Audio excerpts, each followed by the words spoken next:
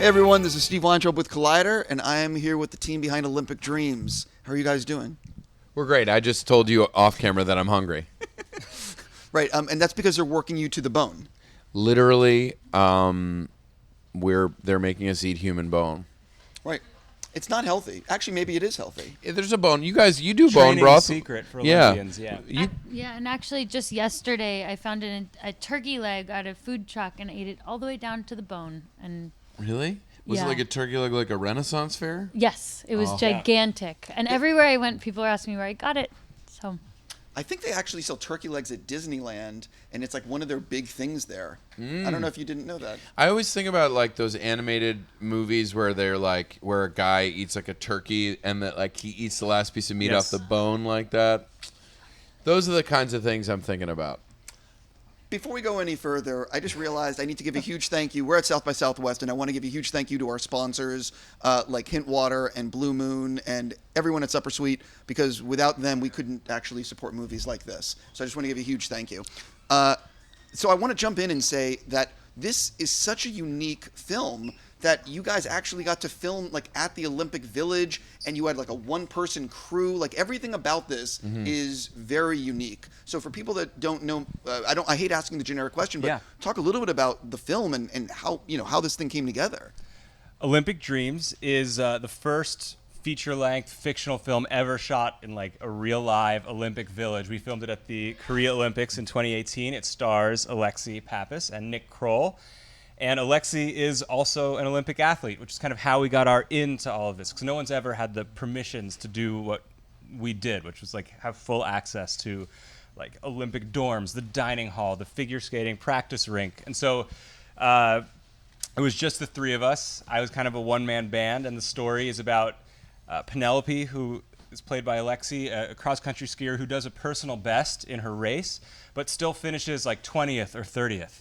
Because there's only 3 people who medal, and there's hundreds of athletes, and these are all they've dedicated their lives to this. So she's we pick her up in this post-race moment, figuring out like what comes next after you've accomplished one lifelong dream. And she meets Nick, who plays Ezra, a volunteer dentist.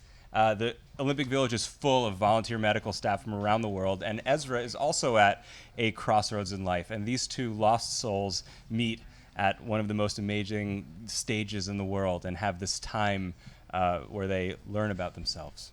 Well, the thing that I find what's crazy about this is that you guys, it's like a one-camera setup, if I'm not mistaken. Like you're the crew, or am I wrong about this? No, that's true. It was literally Jeremy had the camera, he had a sound bag, we would mic ourselves, and then we would just go out into the world. He had 3 lenses, and he just shot and sound, did all the mixing out, everything himself while we were all day long just running around shooting like crazy.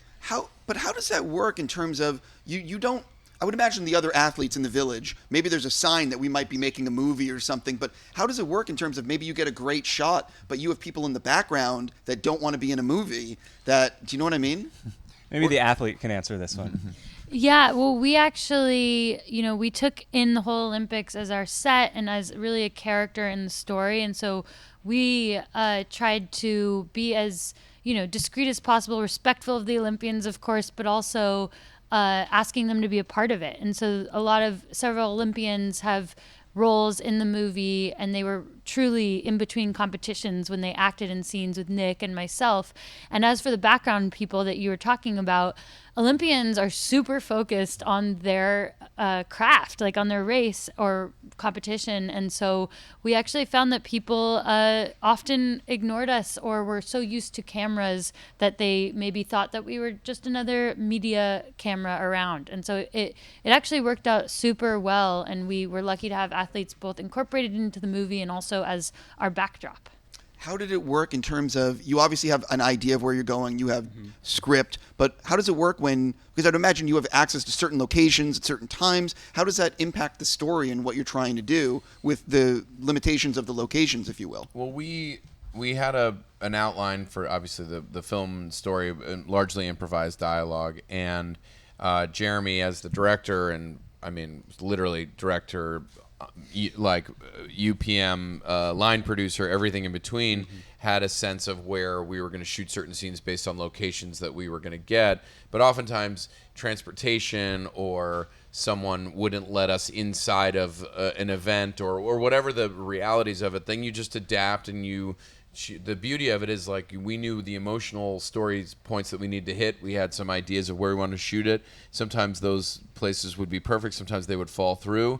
And the beauty of having just a 3-person crew is that you have incredible mobility. Like we'd be in a cab and we'd drive by a pretty location when we would just get out of the cab and shoot the scene. And that's an unbelievably sort of unique experience. It just felt like a full circle experience of, I've been through like making your tiny first. This is my 3rd movie, which is amazing. Like making through the first film, ultra scrappy. The second film grew a little bit, and this one was like shrunk back down to just like you and your friends, high school weekend. Except we were like, I had this insane, intricate rig, which like I don't even know how much money all the equipment that I had on my person at one moment was worth. And then like these 2 people and the Olympics, like, but ultimately it just felt like us, a group of friends making a film, and we could just pull over somewhere cool and shoot something. Does it take place in one day, or is it over a few days? It's over the course of the Olympic Games, so and that I guess runs about 2.5 weeks, 3 weeks. Yeah. It's not exactly, we don't have a specified amount of days, but it's really over the run of the games, and we were there for about 2.5. I was there 2.5 weeks. You guys were there about 3 weeks, and it really is this. It's a grind. I mean, the Olympics itself is like people are competing, people are going to things. Like you come to South by Southwest, it's like a 3-day thing. Some people stay for a week. But you really start to get into the flow of that particular organism that is the Olympics, and we just shot every day. We just worked every day that we were there. We were shooting, and then and you feel this. I think you feel both the intimacy of it and also the grandeur of it, which is a pretty unique feeling, I think. One of my favorite movies is Before Sunrise. Yeah. And I'm just curious, how much are you looking at like a movie like that and other, there's not too many movies like Before Sunrise, but like, films like that in terms of to see, maybe to inspire or look at how to tell the story? Linklater is one of my favorite filmmakers of all time, and absolutely, I mean, I think everything I do is inspired by him just because I've watched all of his movies so many times. But a lot of it also was just inspired by like Alexi's real experience and the experience of other athletes that we've come in contact with, just like telling a truthful story. Does that seem? Yeah, Jeremy has often described our work as like a patchwork quilt of sorts, where it's not based on any one experience, but it's a collection of our observations, our experiences, talking to other Olympians to hopefully tell a story that has not specifically happened but could have happened. So I think that when they told me about it, it was like, oh, this feels a little bit like the quality of that, the essence of what Before Sunrise feels like, of 2 people crossing over at some moment in their life at a crossroads, and they have this moment where they're together, and whether it will last forever or it will be this ephemeral moment is up for grabs.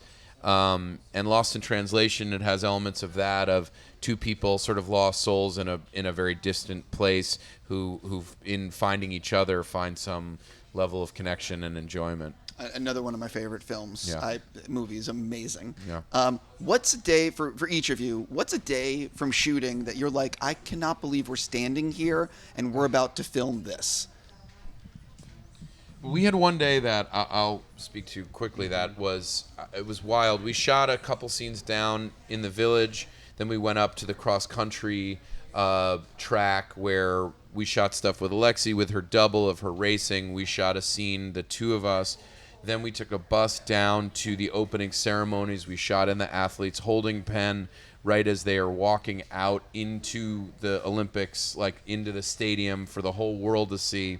Shot around there, then got on a bus, shot an important emotional scene for us on the bus ride, and then ended up at a Korean nightclub where we guerrilla just ran into a Korean nightclub and grabbed a bunch of shots. It was pretty.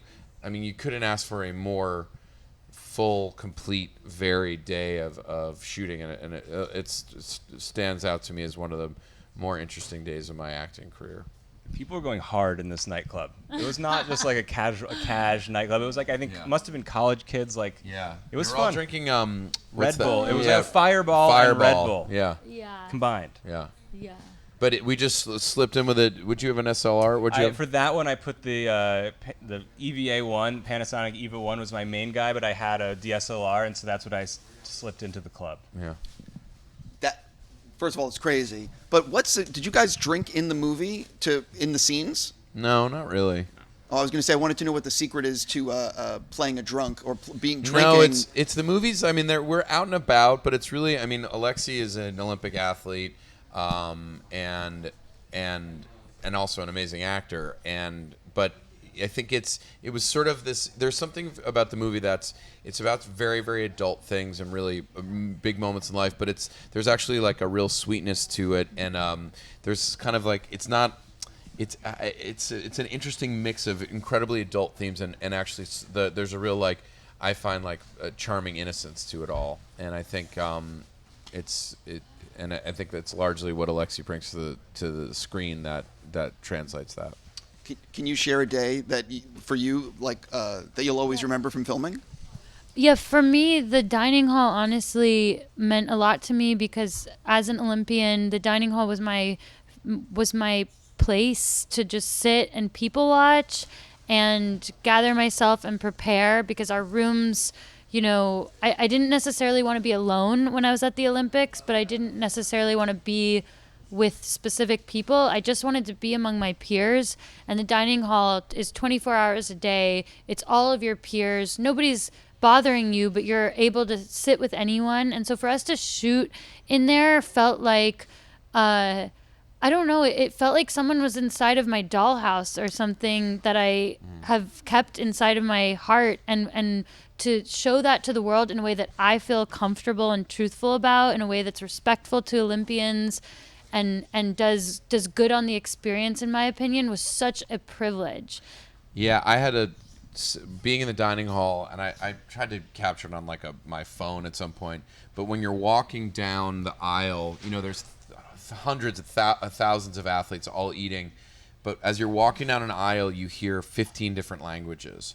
Literally, you just all of a sudden you're and it's kind of unlike anything I've ever experienced. I know there are a lot of international festivals and stuff like that, but in this way that you're like, oh, I think I just heard like Japanese, Estonian, Korean, Portuguese, and you're wearing French, your uniforms on your back. Yeah, and everybody's wearing their uniforms, so you can identify where everybody's from. It's really wild. Yeah, you got to experience. You got to experience something that no regular folks will ever get to see. Literally, nobody was eating in there except athletes and their coaches. Yeah, and we got to shoot in there. And Jeremy would set up a long lens, and we would shoot. And nobody had any idea that we were shooting a scene in the middle of because they're just focused on their race. But it was. And if they noticed, they didn't care. They were just, oh, that's some media person here eating lunch. They didn't know we were actually 3 auteurs making cinema gold. Or they were. The one beautiful thing was when they did recognize Nick, some of these athletes travel on the road most of the year, and their longest lasting friend might actually be a television show on Netflix that Nick wrote and created, and so they actually felt a connection to him and a respect and a gratitude to him, and Nick seemed equally in awe of these athletes. So there was actually this tremendous coming together of people at the height of their at the top of their own game, being in the same space and having gratitude for each other was really cool too.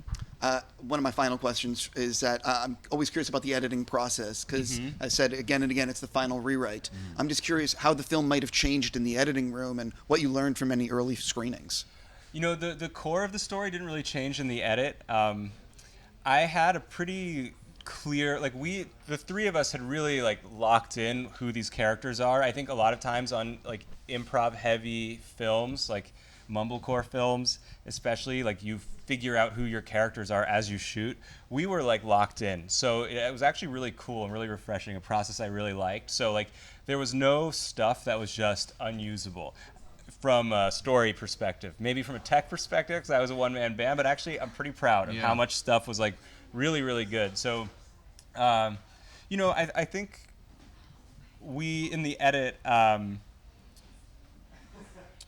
like tried to heighten certain like moments of like these characters making decisions about what they're going to do with the rest of their lives. Like that's really what the movie's about, is like being at this pinnacle moment, the Olympics, and not being sure what happens next. So in the edit, we tried to find like moments between lines of dialogue, especially to let things breathe.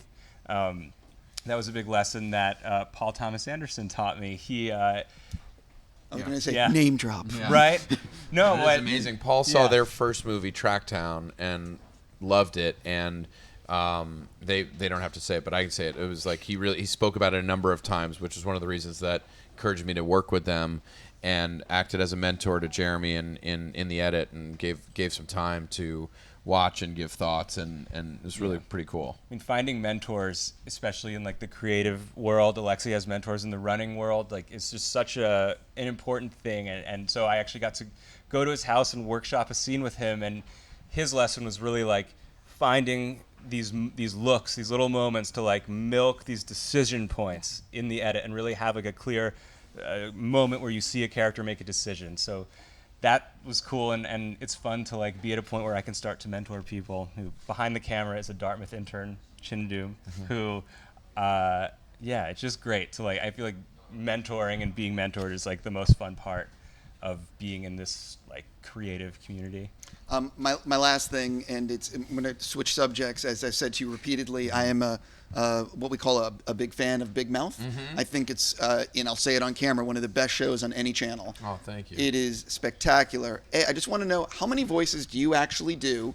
And have you watched online the amount of people like doing renditions of the songs and the fan reaction to this show? Yeah, I think I'm right now, at least through the first few seasons, it's about, I think I do about 25 voices on the show, 4 or 5 of the leads, and then filling in stuff throughout.